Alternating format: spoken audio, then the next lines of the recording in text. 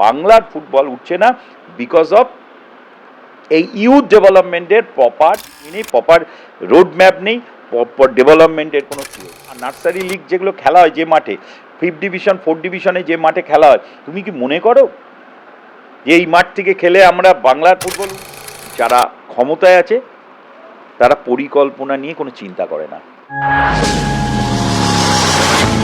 আগামী 18 তারিখ হায়দ্রাবাদের গাজীবৌলি স্টেডিয়ামে ভারতীয় দল মুখোমুখি হচ্ছে মালয়েশিয়ার, একটি ইন্টারন্যাশনাল ফ্রেন্ডলি এবং সবচেয়ে বড় এখন যেটা চর্চার বিষয়, সেই দলে এখন ভারতীয় দলের কোচ মানোলো মার্কেস যে প্রাথমিক দল ঘোষণা করেছেন তাতে কোনো বঙ্গ সন্তান নেই। এই সমস্ত বিষয় নিয়ে আমরা আলোচনা করব প্রাক্তন ফুটবলার সুমিত মুখার্জির সাথে। প্রথমেই সুমিতদাকে কিক অফ নয় স্বাগত। সুমিতদা, কিক অফ নয় স্বাগত প্রথমেই আপনাকে। ধন্যবাদ নীলাদি। এই কিক অফ নয় যে আবার নতুন করে শুরু হয়েছে তার জন্য তোমাদের অশেষ ধন্যবাদ। প্রথমেই আপনার কাছে যে বিষয়টায় আসবো, আগে একসময় এই বাংলাকে গোলকিপার তৈরির একটা কারখানা বলা হতো, প্রতিদিনের বেশ অনেক একটার পর একটা নাম বলা যায়, কিন্তু এখন দেখা যাচ্ছে সুব্রত পালের পর এখনকার বর্তমানকালে দেবজিৎ দা খেলছেন, উনি ইস্টবেঙ্গলের এখন বলা চলে সেকেন্ড চয়েস গোলকিপার। শ্রমিক মিত্র আছে, চেন্নাইয়ে খেলছে, কিন্তু পারফরমেন্স এখনও মানে জাতীয় দলের র্যাডারে যাওয়ার মতো লেভেলে নেই। মোহামেডানে লাস্ট ম্যাচটা খেলেছেন ভাস্কর রায়, তিনি একটাই ম্যাচ খেলেছেন। তো আপনার কি মনে হয় কোথায় খামতিটা থেকে গেল? গোলকিপার ভারতীয় দলে বাঙালি গোলকিপার কেন আর যাচ্ছে না? দেখো, বাঙালি গোলকিপার যে ঘটনা ছিল, সেই ঘটনাটা শুরু হয়েছিল অনেক আগে থেকে। যদি ইতিহাস দেখা যায়, লাস্ট সুব্রত পাল আমি বলবো একটা বড় সময় ধরে ভারতবর্ষের ফুটবলে ধারাবাহিকভাবে ভালো খেলে গেছে। তারপরে অরিন্দম বা শুভাশিস এরা খেলেছে, কিন্তু সুব্রত পালের মতো কনস্ট্যান্ট একটা টাইম ধরে খেলেনি। হ্যাঁ, এখন ভারতবর্ষের ফুটবলে শুধু গোলকিপারই না, ভারতবর্ষের ফুটবলে 18 তারিখ যে খেলা তাতে কোনো বাঙালিই নেই। এই জায়গাটাই নেই কেন বলে যদি তুমি সমস্ত আলোচনা করতে চাও, তার চেয়ে বড় কথা নেই হওয়ার কারণটা কি? কারণ হচ্ছে আমার মনে হয় যে ইস্টবেঙ্গল, মোহনবাগান বা মোহামেডানের ভাবতে হবে যে আইএসএল খেলতে হলে, যেটা আমরা সবসময় সবাই বলে থাকি, আমিও তার বলছি, যে যেহেতু বাংলার টিমগুলো এগুলো বাঙালি প্লেয়ারদের আস্তে আস্তে আইএসএলে অন্তত 30 to 40% টিমের মধ্যে ঢোকাতে হবে। তাদের ইনভলভমেন্ট, তাদের ভালোবাসা, এই সাবজেক্টগুলো একদম দর্শকের সঙ্গে বাঙালি প্লেয়ারের সাথে একটা আত্মিক যোগ তৈরি হয়। তাই আমার মনে হয় এই জায়গাটা খুব সিরিয়াসলি অনেক আগে থেকে ভাবা উচিত ছিল। কাদের? যারা আইএসএল খেলছে, যারা আই লিগ খেলছে, যেসব টিম, তাদের সেকেন্ড টাইম ইউথে এমনভাবে স্ক্রিনিং করে এমনভাবে প্লেয়ার তুলে আনতে হবে যারা আস্তে আস্তে আইএসএলের দিকে ঢুকতে পারে। আমার মনে হয় সেরকম কোনো পরিকল্পনা কোনো টিমেরই আমি দেখতে পাই না, বিশেষ করে যে দুটো মেন টিম ইস্টবেঙ্গল, মোহনবাগান, তাদের এই পরিকল্পনার কোনো একটা বিরাট কিছু ভাবে তৈরি হচ্ছে না। যেরকম একটা খেলতে হয় বলে কলকাতা লিগ খেলছি, আমাদের আন্ডার-17 খেলতে হবে বলে তার 1 মাস 2 মাস আগে একটা ট্রায়াল করে কোথা থেকে প্লেয়ার এনে খেলে দিচ্ছি, এইটা করলে চলবে না। আমি কিছুদিন আগে একটা ইন্টারন্যাশনাল কোচের সঙ্গে আলোচনা করছিলাম, সে আমাকে নতুন একটা তথ্য দিল। সে বলছে যে 10 বছরে, আমি বলছিলাম 10 বছর থেকে শুরু করা উচিত, সে আমাকে বললো না, 4 বছর থেকে তোমাকে শুরু করতে হবে। 10 বছরে তুমি জেনে যাবে যে ওর স্ট্যান্ডার্ডটা একটা হাই ক্লাস স্ট্যান্ডার্ডে আনতে হবে। তাই আমার মনে হয় যতদিন আইএফএ এই ঘুমিয়ে তা থেকে জেগে আসবে, যতদিন না East Bengal Mohun Bagan proper academy infrastructure তা তৈরি করবে, এবং সারা ওয়েস্ট বেঙ্গলে, কিছুক্ষণ আগে তোমার সঙ্গে আলোচনা করছিলাম, সারা ওয়েস্ট বেঙ্গলে বলছে কোনো প্লেয়াররা নাকি ফুটবল খেলে না, এই তথ্যটা সম্পূর্ণ ভুল। প্রতিদিন বিকেলে অন্তত 16,000 বাচ্চা প্র্যাকটিস করে। আমাদের কাজকে এই 16,000 বাচ্চাকে একটা ডাটার মধ্যে আনা। সে হয়তো দার্জিলিংয়ে খেলছে, সে সুন্দরবনে খেলছে, সে হয়তো পুরুলিয়ায় খেলছে, সে হয়তো বসিরহাটে খেলছে, কিন্তু টোটাল এই 16,000 প্লেয়ার থেকে একটা ডাটাবেস তৈরি করে, তাদের স্ক্রিনিং করে, জোন ওয়াইজ তাদের পারফরমেন্স অ্যানালিসিস করে একটা বিরাট একটা ডাটাবেস তৈরি করতে হবে, এবং তাতেই বোঝা যাবে যে কত প্লেয়ার উঠে আসছে এবং তাদের উঠে আসা শুধু না, তাদের উঠে আসার পর আরেকটা স্টেজে যেতে হবে, তারপরে আরেকটা স্টেজে যাবে। এই যে স্টেজটা, এইটাকে সুন্দরভাবে তাদের নিয়ে আসতে হবে। এটা শুধু একদিন দুদিনের পরিকল্পনা না, বা আইএসএল খেলার জন্য যে তোর নর্মসগুলো আছে, আন্ডার 17 টিম করতে হবে, আন্ডার 15 টিম করতে হবে, আন্ডার 12 টিম করতে হবে, তার জন্য একটা করে রেজিস্ট্রেশন করে তাদের ঢুকিয়ে দিলাম। এরমভাবে করলে শুধু আগামী ভবিষ্যতে অন্তত আমার মনে হয় কোনো সম্ভাবনা নয় বাংলার থেকে কোনো ফুটবলার আস্তে আস্তে অবলুপ্তিতে চলে যাবে আইএসএল টিমেই। আমি তোমাকে বলছি আইএসএল টিমে অবলুপ্তিতে চলে যাবে। তুমি তো ইন্ডিয়া টিম ভাবছো। তাই এখনই সময় আছে, যখন আমরা একদম, এখন মনে করো গ্রাফের একটা নিয়ম আছে, গ্রাফ যখন তুমি নিচে একদম এক্সট্রিম নিচে চলে গেছো, তখন কিন্তু আর নিচে যাওয়ার কোনো জায়গা থাকে না, তখন থাকে হচ্ছে উপরে ওঠার। তাই আমার মনে হয় কিছু এক্স প্লেয়ার যারা আধুনিক ফুটবল বা এখনকার ফুটবল নিয়ে সত্যি ভালোভাবে জানে, আর যারা এই প্রো লাইসেন্স করা, first division licence, F licence করা, এই সব কোচদের নিয়ে আইএফএকে বসতে হবে, ইস্টবেঙ্গলকে বসতে হবে, মোহনবাগানকে বসে একটা রুট ম্যাপ তৈরি করতে হবে যে ভবিষ্যতে কোথায় গিয়ে আমরা আস্তে আস্তে কমপ্লিট করতে পারবো। এই চিন্তাভাবনাগুলো যদি প্রকাশ হয়, তাহলে আমার মনে হয় গোলকিপার শুধু না, বাংলা থেকে অনেক প্লেয়ার উঠতে পারে। কিছুদিন আগে একটা কোচের সঙ্গে আলোচনা করছিলাম, সে আমাকে একটা সুন্দর তথ্য দিয়েছে, যেটা এখানে শেয়ার করলে লোককে বোঝাতে পারি। আগেকার দিনের ফুটবলে 7 কিলোমিটার অন অ্যান অ্যাভারেজ দৌড় হতো, একটা প্লেয়ার দৌড়াতো। সেটা 70 মিনিটের ছিল, সেটাকে 90 মিনিটে যদি আমি কনভার্ট করি 7 থেকে 8। এখন এখানে 11+ দৌড় হচ্ছে অন অ্যান অ্যাভারেজ। তাই এই দৌড়ের সাথে স্ট্যামিনা মিশ্রণ থাকতে হচ্ছে। এই যে পাহাড়ের প্লেয়াররা এত করে কেন ইন্ডিয়া টিমে আসছে, আমাকে বিশ্লেষণ করেছিল এবং আমার মনে হয় ওই বিশ্লেষণটা ঠিক বিশ্লেষণ। উনি বলেছিলেন, যদি আমার টিমে বাঙালি ছেলে, বাংলার প্লেয়ারদের নিতে চায়, এবং ওরা যদি ওই পাহাড়ি প্লেয়ারদের নিয়ে এবং বাইরের প্লেয়ারদের নিয়ে আসছে, তাহলে ও যদি 11 কিলোমিটার অন অ্যান অ্যাভারেজ দৌড়ায়, আমার প্লেয়াররা দৌড়টা কমে যাচ্ছে, সেখানে চলে আসছে 9, খুব বেশি করে আমি 9-এ যেতে পারছি। তাহলে 9-এর সঙ্গে 11 কখনোই কমপ্লিট করতে পারবো না। সেই জন্য আমাদেরও এই পাহাড়ের ছেলে, মানে মণিপুর, মেঘালয়, সিকিম, এখান থেকে প্লেয়ার এনে ওই দৌড়টাকে অ্যাডজাস্ট করার ব্যবস্থা হচ্ছে। এটা অনেক সায়েন্টিফিক ব্যাপার আছে। তা পার্টিকুলার তা বলে উনি একটা আশার কথা শুনিয়েছিলেন যে সারা ভারতবর্ষে স্কিলফুল প্লেয়ার এখনও বাংলাই আছে। তাই ঠিক ঠিক জায়গায় পজিশন অনুযায়ী বাঙালি প্লেয়ারদের ঠিকভাবে তৈরি করতে হবে। অবভিয়াসলি গোলকিপার তৈরি করতে হবে, যেহেতু গরিব গোলকিপারের ঘরনা খুব ভালো। আমি এফসি কোচিতে খেলেছিলাম, বিশ্বাস করো 6 মাস ওখানে থেকে আমি ভালো করে কোনোদিন প্র্যাকটিস করতে পারতাম না, বিকজ অফ সোয়েল। শক্ত মাঠ, পড়লেই লেগে যেত। আমাদের সমুদ্রের ধারে গিয়ে ওই বালিতে গিয়ে আমাকে প্র্যাকটিস করতে হতো। আর আমাদের যে সোয়েল, আমাদের যে বাংলার ঘরনার মাটি খুব নরম, তাই আমাদের বডি ফেলা, টেকনিক্স সমস্ত কিছু ভালো। তাই আশা রাখতে হবে, প্রপার প্ল্যানিং করতে হবে। আজকে দেবাশিস মুখার্জির কথা আমি বলতে বাধ্য হলাম। দেবাশিস মুখার্জি একসময় ওর বাড়ির সামনে একটা ক্যাম্প করেছিল গোলকিপারদের। ওই ক্যাম্পে গিয়ে সুব্রত পালের কিন্তু তৈরি, ওই ক্যাম্পেই কিন্তু সব প্লেয়াররা যেত। আমার মনে হয় এখনই উচিত দেবাশিস মুখার্জিকে দায়িত্ব দিয়ে যারা গোলকিপার আছে, ভাস্কর দা থেকে আরম্ভ করে আমাদের যারা গোলকিপার আছে, যারা ইন্ডিয়া টিমে খেলেছে, যারা এখনকার ফুটবলের কি প্রচলিত আছে সেই সব জানে, তাদের নিয়ে একটা কমিটি করে আমার মনে হয় এই যে কলকাতা লিগটা 16টা টিম খেলবে, 16টা টিম থেকে সিলেক্ট করতে হবে যে কটা গোলকিপার ঠিক, তাদের আউটিং প্রবলেম আছে না, তাদের গোলের নিচের প্রবলেম আছে, তাদের সাউট করতে পারছে কি না, তারা পায়ে খেলতে দিচ্ছে না, এই সবগুলো অ্যানালিসিস করে একটা 3 মাস 2 মাসের একটা ক্যাম্প, স্পেশাল ক্যাম্প করা উচিত। ওদের একটু বেটার করে দেওয়া, যে ছেলেটার আউটিং খুব ভালো, ভবিষ্যতের সম্ভাবনা আছে, কিন্তু পিছিয়ে আছে, হয়তো পায়ে বল ভালো করে মারতে পারে না, হয়তো ঠিকভাবে কভার করতে পারে না, এইগুলোকে পলিশ করে একটা জায়গায় নিয়ে যাওয়া। আরেকটা ইস্টবেঙ্গল মোহনবাগানকে বলবো, যদি ইস্টবেঙ্গল মোহনবাগানকে নিজে অস্তিত্ব ঠিক রাখতে হয়, শুধু বাইরের প্লেয়ার আনলে চলবে না।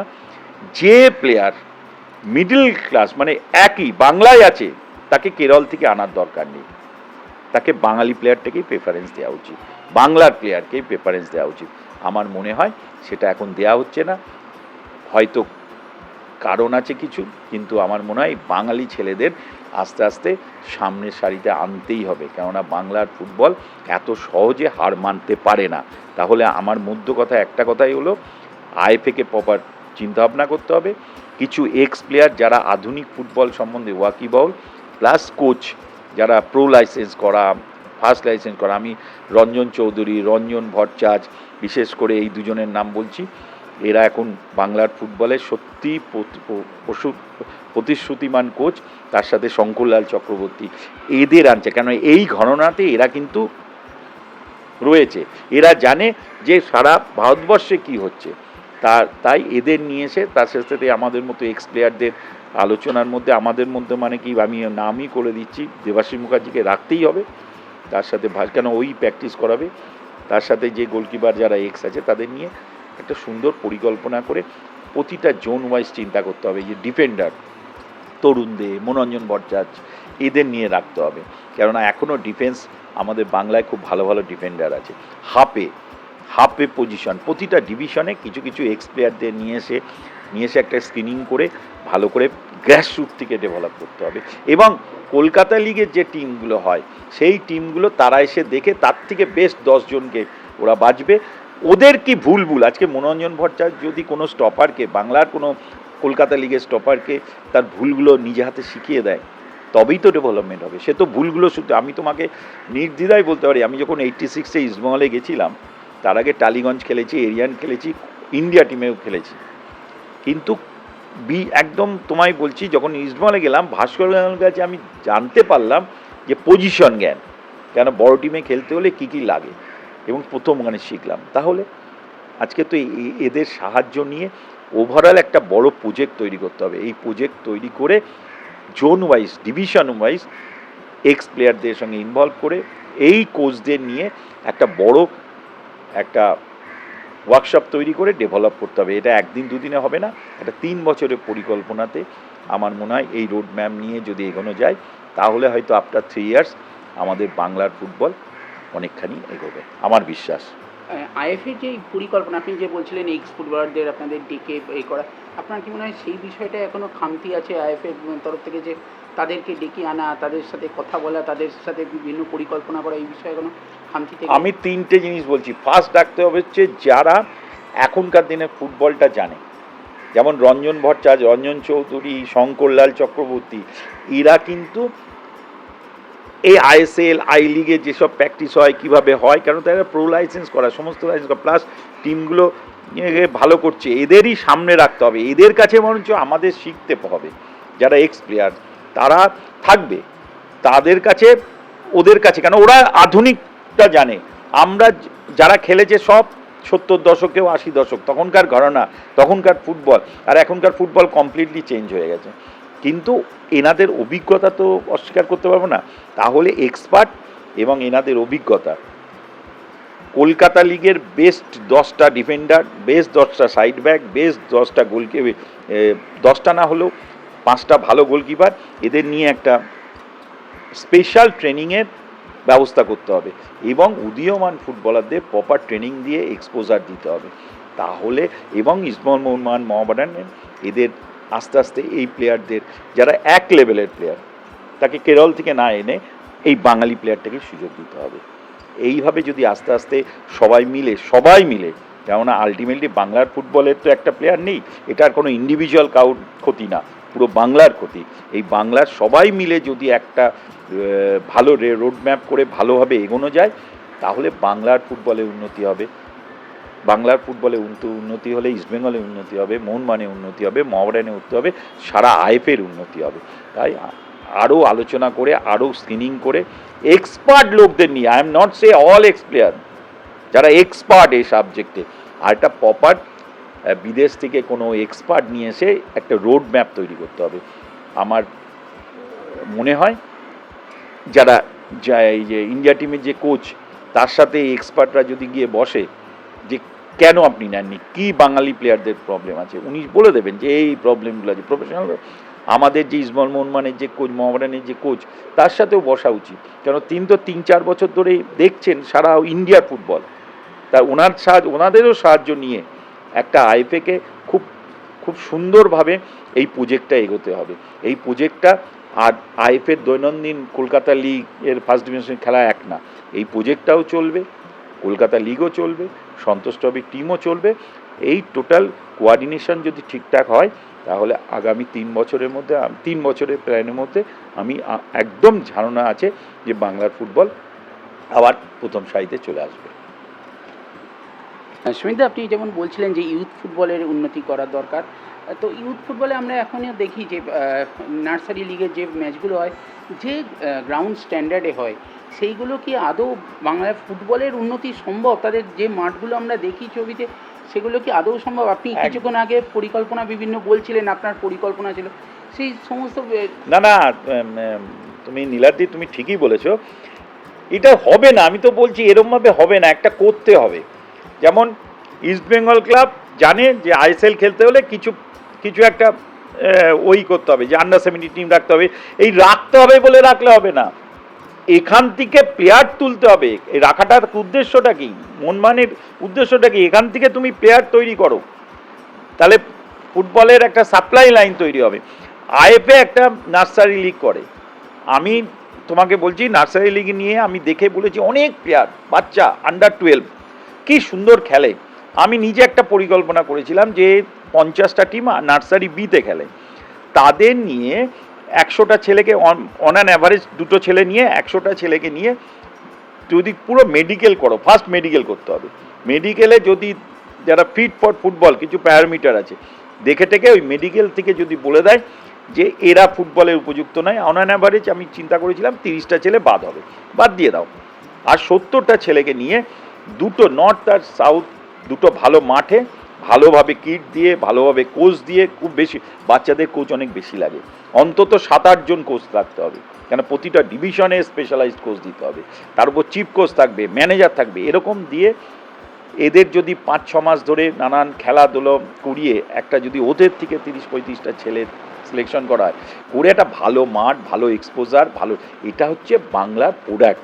আমি আশা, তাহলে কি হবে, তুমি যদি, আমি ভেটারান ক্লাবের নার্সারি লিগ খেলি, সেখান থেকে আমি যদি সব নার্সারি থেকে একটা টিম করি, অলওয়েজ 3 বছর এগিয়ে থাকবো, কেন কোয়ালিটির দিক দিয়ে। তারপরে যদি আরও 6 মাস পর আরও ওখান থেকে বাঁচি, আমি 2 বছর, 5 বছর এগিয়ে যাব। এই 5 বছরটা তুমি 6 মাসে কমপ্লিট করে দিচ্ছ।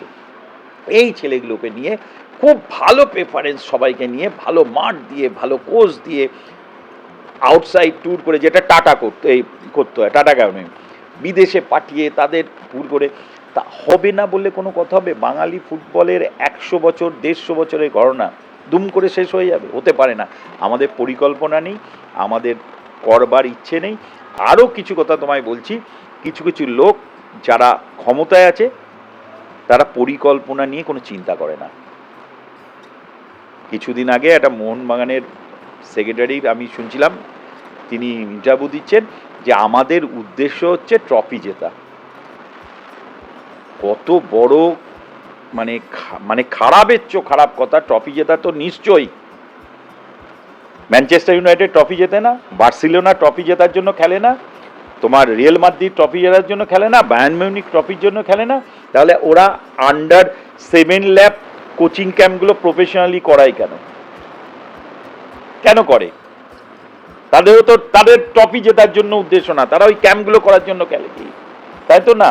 আজকে বার্সেলোনার 2-3টে প্লেয়ার যারা ওয়ার্ল্ড স্ট্যান্ডার্ড কাঁপাচ্ছে, তারাও তো ওই ক্যাম্প থেকে তৈরি হয়ে এসছে।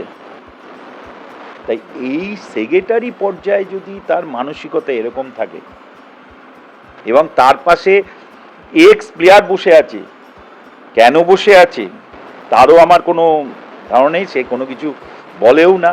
আমাকে যদি বসিয়ে রাখতো আমি প্রতিবাদ ওখানেই করতাম, না ভুল বলেছে, ট্রফি তো নিশ্চয়ই, ট্রফির সাথে প্লেয়ার তৈরি করা মোর ইম্পর্টেন্ট। আজকে তুমি বলো না, ম্যানচেস্টার, আজ বার্সেলোনা লাস্ট 3 বছরে কতগুলো প্লেয়ার ওদের নিজেদের ক্যাম্প থেকে সাপ্লাই দিয়েছে। এটাদের ক্যাম্পগুলো কি বিশাল ক্যাম্প, কি প্রফেশনাল ওয়েতে তারা করে। কেন করে? তারা কি মোহনবাগানের চেয়েও কম উইক টিম নাকি? ইস্টবেঙ্গলের চেয়ে কম উইক টিম নাকি? তাদের ক্যাম্প নেই? ম্যানচেস্টারের ক্যাম্প নেই? বার্সেলোনার ক্যাম্প নেই? ওই 12-14 দিন আগে আন্ডার 17 টিম তৈরি করে খেলে দেবো? তা যদি এরম খেলা হয় আমি বলবো বাংলার ফুটবল উঠছে না বিকজ অফ এই ইউথ ডেভেলপমেন্টের প্রপার কোচিং ক্যাম্প নেই, একাডেমি নেই, প্রপার রোড ম্যাপ নেই, প্রপার ডেভেলপমেন্টের কোনো থিওরি নেই।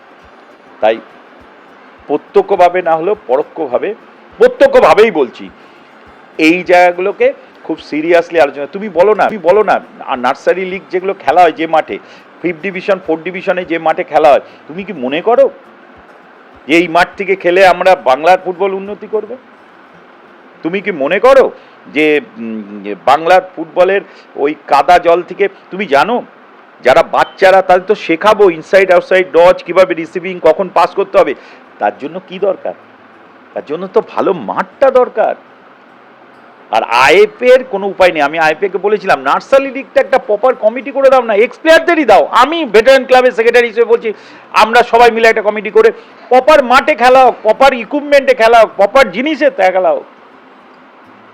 ওখান থেকে সিলেকশন কমিটি থাকবে, আলোচনা হয়। আমরা খুব এখন আলোচনা করছি, ইমপ্লিমেন্টেশনের জন্য আমরা চিন্তা করি না। আমার মনে হয়, বারবার বলছি যে আজকে বাংলার ফুটবল যে নিচের দিকে চলে যাচ্ছে তার জন্য বড় টিম এবং আইএফএর প্রচণ্ড পরিকল্পনার অভাবের জন্য। যে দার্জিলিংয়ে বলেছিলাম খেলা হচ্ছে, আমি জানি না কে খেলছে, শিলিগুড়িতে কোন ভালো ছেলেটা খেলছে আমি জানি না, সুন্দরবনে কোন ভালো ছেলেটা খেলছে আমি জানি না, বসিরহাটে কে খেলছে ভালো জানি না, বা পুরুলিয়াতেও জানি না। এই সব ক্যাম্পগুলোকে এক করে কোয়ার্ডিনেশন করে করে পিরামিডের আকারে ভালো প্লেয়ার সাপ্লাই তৈরি করতে হবে। কালকে দেখছিলাম যে এই সন্তোষ ট্রফিতে তুমি দেখো যে সাঁওতাল পরগনার অনেকগুলো ছেলে, কেন ওরা এগিয়ে আসছে? কেন ওদের বুঝে ফেলেছে যে আমরা বাঁচার রসদ হচ্ছে এই ফুটবল। যখন তুমি বুঝবে যে প্রফেশনাল ফুটবলেই হচ্ছে আমার বাঁচার রসদ, তখনই তুমি আসবে। তাই ওদেরও সিরিয়াসলি এখন কনসেন্ট্রেট করতে হবে। আমি মেদিনীপুর ইউনিভার্সিটি, বিদ্যাসাগর ইউনিভার্সিটির স্পোর্টসের ডিরেক্টর হয়ে আছি। ওখানকার জঙ্গলমহল ওই জোনটায় আরও ভালো করে একটা প্রফেশনাল ক্যাম্প করা উচিত। এই পরিকল্পনাগুলো না করলে আগামী ভবিষ্যতে কোনো সম্ভাবনা, এখনও তবুও আইএসএলে কয়েকটা টিমে বাঙালি প্লেয়ার খেলছে, আমার মনে হয় আইএফএ খেলবে না। এবং তার জন্য ইসমাইল মোহাম্মদ চিন্তাও করে কিনা, আইএফএ চিন্তা করে কিনা আমি জানি না। আর এই আইএফএফ তো ভাবেই না। এআইএফএফের প্রেসিডেন্ট বাংলার লোক, ওইখান খেলেই ও সারা ইন্ডিয়াতে ভালো খেলেছে। ওকে তো বুঝতে হবে যে বাংলার পরিকল্পনাটা করতে হবে। ও মেঘালয়ের জন্য একটা আলাদা ফাইন করছে, মণিপুর ক্যান করছে, স্পেশাল ট্রেনিং করে। কোনোদিনও কোনো এক্স প্লেয়ারদের নিয়ে একদিন বসেছে যে আপনারা কি ভাবছেন বাংলার ফুটবল ডেভেলপ করতে, আপনার কি মনে হয়? কোনোদিন ভেবেছে? কোনোদিন করেছে? 1 বছর 1.5 বছর তো হয়ে গেল।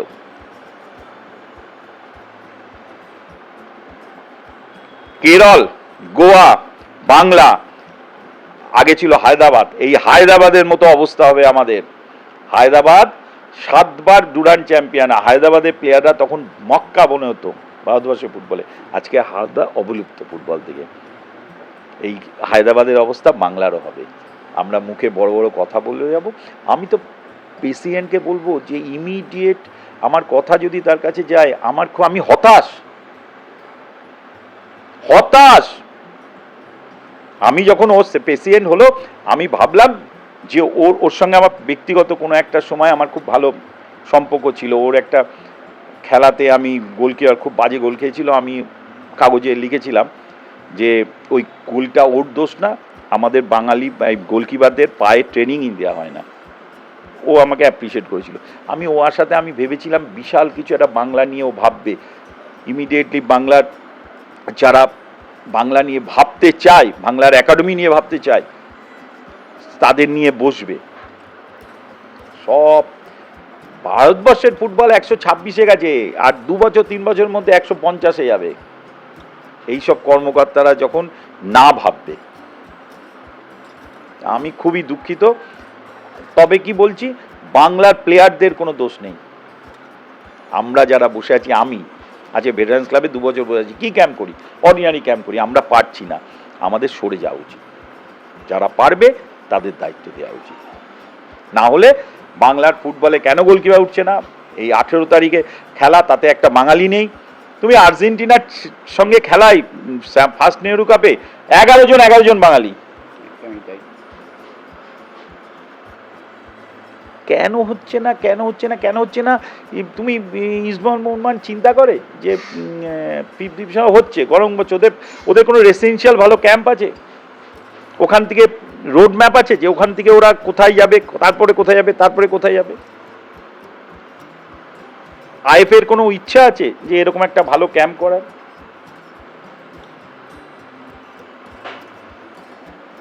এক্ষুনি ভাবতে হবে যারা, আমি লাস্ট বলিনি, যারা এটা নিয়ে বোঝে, যারা এটা নিয়ে সিরিয়াস, তাদের সঙ্গে মিটিং করে, তাদের হাতে দায়িত্ব দিয়ে, আর তার সাথে সাথে এক্সপার্ট। আমি কি বলছি, আমার কাছে আমার ইস্টবেঙ্গল মোহনবাগানের যে কোচ রয়েছে সারা ইন্টারন্যাশনাল কোচ, তাদের গিয়ে যদি আমরা বলি যে আপনি একটা রোড ম্যাপ তৈরি করে দিন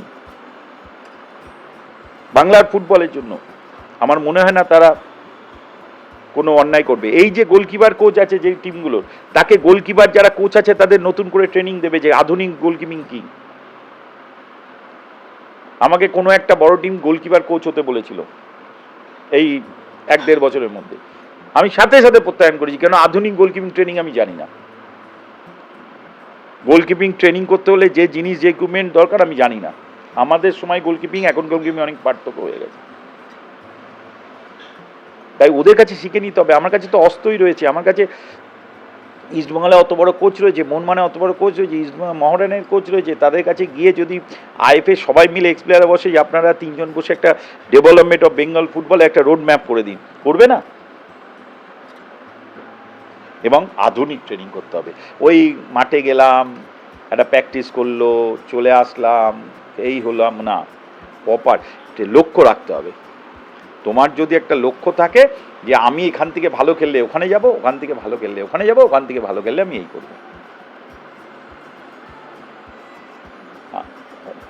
আমি খুব আশায় থাকি, বিশ্বাস করো, যে যখন দেখি আইএসএল এর টিমগুলোতে একটা বাঙালি প্লেয়ার নেই বা কিছু নেই, আজকে ইস্টবেঙ্গল টিমে দেখো তুমি একটা দুটো বোধহয় বাঙালি ছেলে, মোহনবাগানে একটা ছেলে।